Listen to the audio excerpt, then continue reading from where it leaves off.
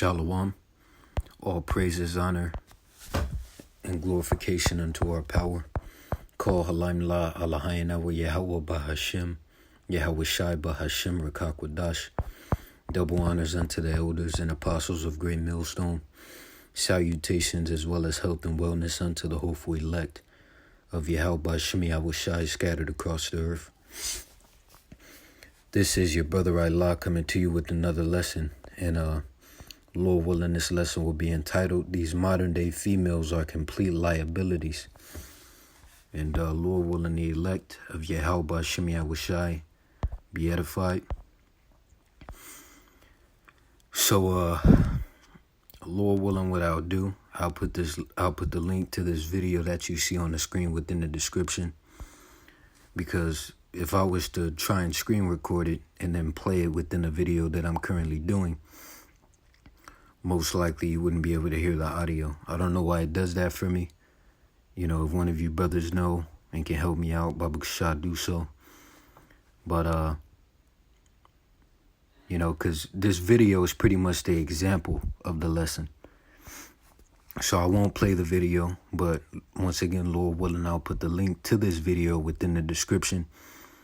And I highly suggest you click in the description and click the link and watch this video so you can, you know, observe the example of the lesson.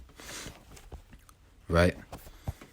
So basically, once again, Lord willing, this lesson will be entitled, These Modern Day Females Are Complete Liabilities. Right? And, you know, I have a good amount of scriptures that I want to bring out. So the first scripture that I want to get is the book of Genesis, the 3rd chapter and the 16th verse. Now, pretty much, you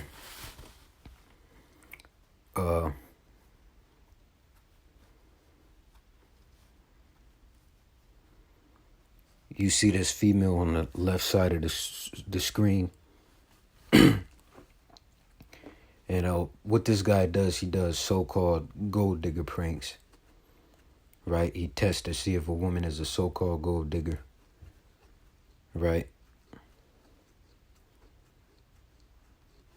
Which this female happened to fall within that category, right? And so she was basically, you know, because you know how Jake does. He tries to get to know her and tries to get the numbers, so on and so forth. At first, she wasn't going for it, right? Then, let me see.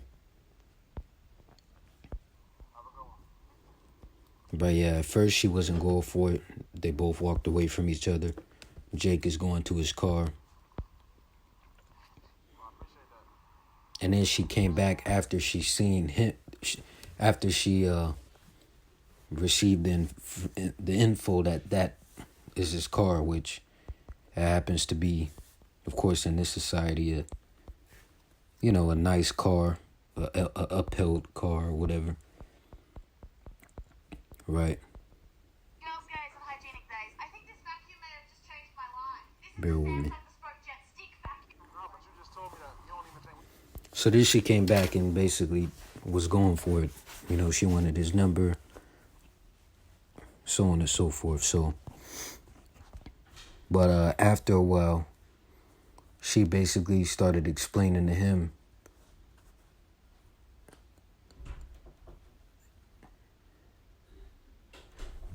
she was asking him how he would be an asset Salakia to her. But see, the purpose of you women is to serve the man, right? The word woman means female servant.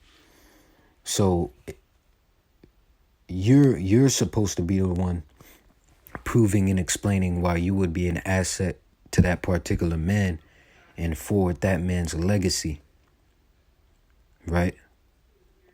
Or kingdom, if you will, right? You're the one that's supposed to be proving that you're an asset, not the man. Now, of course, the man is the provider, protector, instructor, guider, corrector, so on and so forth. But the main point Because you got to understand, the purpose of men is not to serve women. The purpose of women is to serve men. The purpose of men, in particular the Israelite man, is to serve the Lord. Because the word man means servant as well. But the man is a servant unto the Lord. The word woman means female servant, which the woman is a servant unto the man. And this is Genesis 3:16. Unto the woman he said, I will greatly multiply thy sorrow and thy conception. In sorrow thou shalt bring forth children, and thy desire shall be to thy husband, and he shall rule over thee. See? And a king rules, and a king also has servants, right? You know?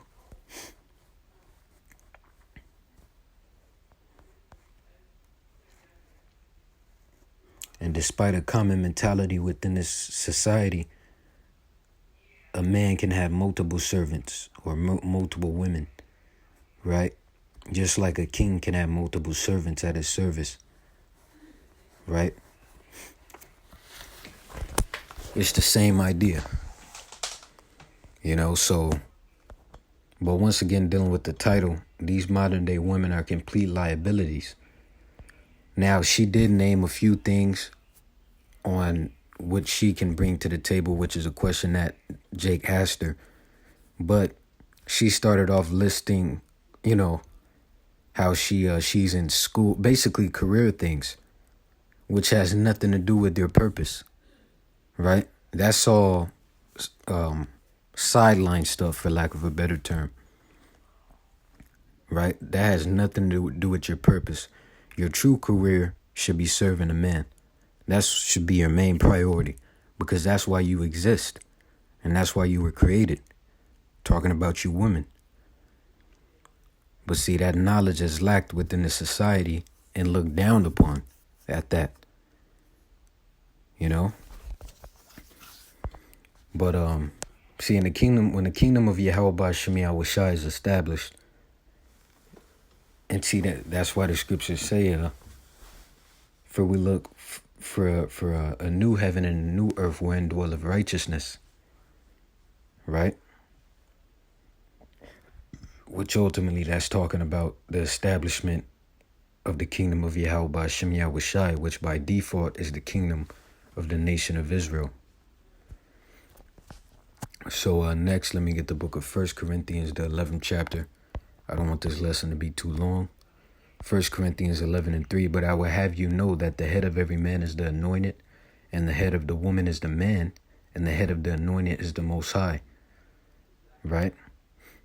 That's the order, you see. Jumping down to verse 8, it reads, for the man is not of the woman, but the woman of the man. Listen up. Neither was the man created for the woman, but the woman for the man.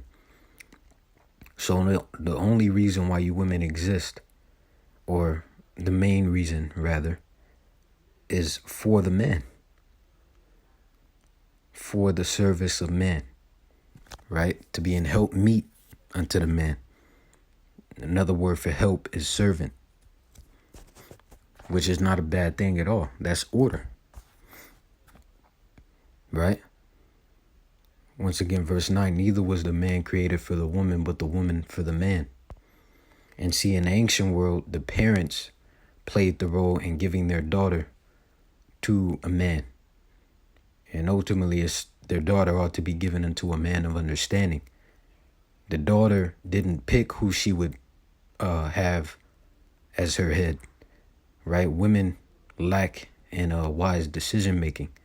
So ultimately, the main factor was the father, right? Hast thou daughters? Let me get this. Right, and this is going back to the old ways, man. Let me see. This is the book of Ecclesiasticus, the 7th chapter, starting at verse 23. And it reads, hast thou children, instruct them and bow down their neck from their youth. Hast thou daughters, have a care of their body, and shew not thyself cheerful toward them. Marry thy daughter, and so shalt thou have performed a weighty matter. But give her to a man of understanding. See that? Which the father played the ultimate role within that. right? But see, nowadays, what do you have? You already know, you know? You have women having sex at fucking 8 years old, 10 years old, 13, 12. Which a woman or a female becomes a woman, right? Around, well, when she hits puberty. When a female hits puberty, she's considered in the eyes of the Lord a woman, a grown woman. Because science, you know, when you hit puberty, you're able to reproduce, right? And reproducing is not a light thing. That's a heavy, serious, and meaningful thing. And significant thing, you know? So, next, let me get the book of Ecclesiasticus, the 36th chapter, verse 24. And it reads, "He that getteth a wife beginneth a possession, a help like unto himself, and a pillar of rest." See? And let me go to the etymon line, going into the word woman. Salakia. Right, the word woman. Right here you see on the right side of where it says withman, right, which I'm pretty sure is supposed to be wife man, or wifeman. It says woman, female servant, and that's the meaning of the word woman. And the word wife goes back to woman, so it all ties together. It all ties into being a servant unto the man, right? And then, well, I don't have to get that because we're talking about the woman right now. So, next, let me get the book of Isaiah. But see, the mentality is going to switch soon to come. Because all the Birkin bags and Chanel bags and Dior and Gucci and all the carnal, insignificant shit, that's not going to be cared about anymore. This is Isaiah 32:2. "And a man shall be as an hiding place from the wind, and a cover from the tempest," which represents the destruction and the different things, you know, perils and evils to come. As rivers of water in a dry place, as the shadow of a great rock in a weary land. Which I mentioned this before. Regarding provision, there's more that's provided from a man than money. Right? The man is the guider, the head, the instructor. Right? The corrector, the protector, the leader. Right? So on and so forth, man. And we read that in 1 Corinthians, the 11th chapter. It said that the head of the woman is the man. When you look at the human body, so in the sense of looking at the human body, if the human body was without the head, the rest of the body wouldn't function properly. It's the same way between man and woman. When a woman is without her head, she does not function properly.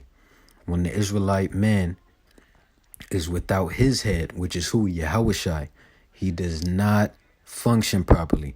That's why you have niggas out here, right?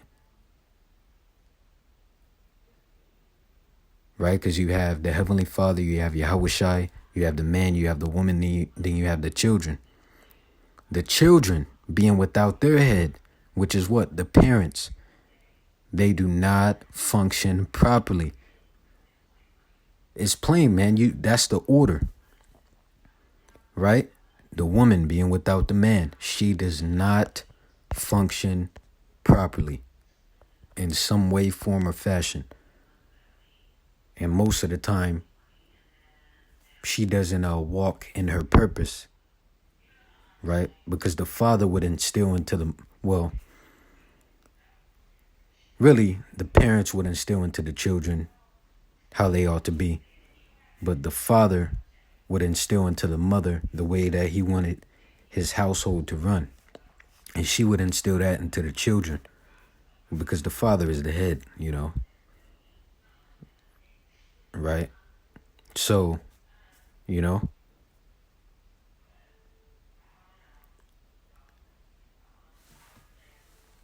which single parent households, well, never mind that, but let me get this. Once again, Isaiah 32:2. And a man shall be as a hiding place from the wind,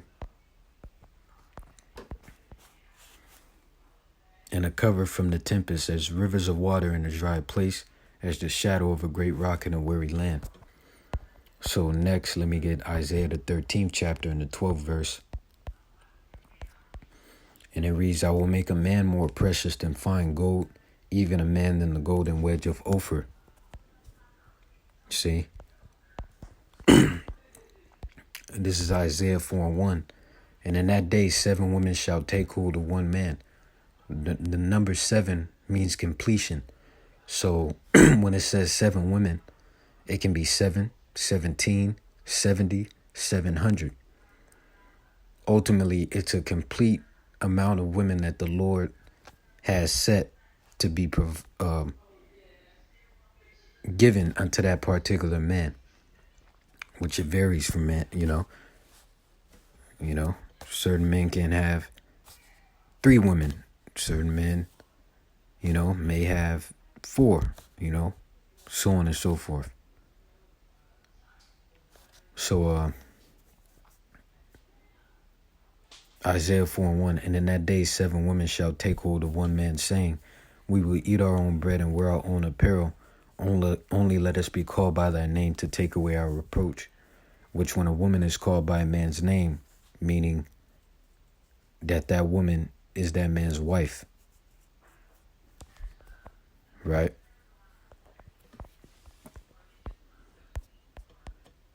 So this is 1 Timothy 5:6, and it reads, but she that liveth in pleasure is dead while she liveth. And instead, that's what I prefer to use instead of saying gold digger.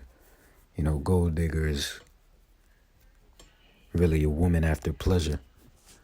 She's all about pleasure and not meaning or purpose. She wants the bags and the shit and all that, not understanding that none of that shit matters and that her purpose is to serve you. And of course, you're the man, so you provide, protect, so on and so forth. But that is not your purpose. That's your role, yes, but that's not your purpose. Right? Our purpose is to serve the Lord, not fucking serve women, man. Our role, within our role, is, of course, providing for women. Or, if you got a woman, you got a family. Okay, you're the provider. Protect your, so, your role in that aspect is the provider, protector, guider, leader, so on and so forth. But that's not our purpose. Right? You see the difference? The woman's actual purpose is to serve the man.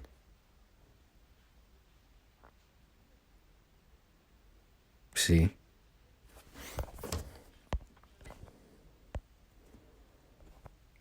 So, but see, the ways of Yahweh Shemi Awushai are going to be reestablished 100%, man. And that's what we ought to desire. This is 2 Peter, the 3rd chapter, verse 13. Nevertheless, we, according to his promise, look for new heavens and a new earth wherein dwelleth righteousness. See? So, Lord willing, I'll end it with this. This is the book of Micah, the 7th chapter and the 10th verse. And it reads, then she that is mine enemy shall see it, and shame shall cover her, which said unto me, where is the Lord thy power? Mine eyes shall behold her, now shall she be trodden down as the mire of the streets, which the word mire goes in the mud, if I'm not mistaken.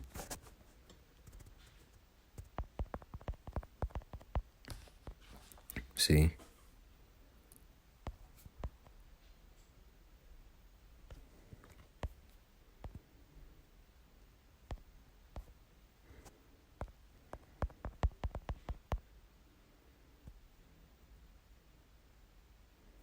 Yeah, mire means mud, if I'm not mistaken. Yeah, it caused to become stuck in mud. So that's pretty much the point. With that, Lord willing, you edified. Once again and forever, all praises, honor, and glorification unto our power. Call Halaim La Alahayana wa Yahweh Bahashim, Yahweh Shai Bahashim Rakakwadash. Double honors unto the elders and apostles of Great Millstone. Salutations as well as health and wellness unto the hopeful elect of Yahweh Bahashim Yahweh Shai scattered across the earth.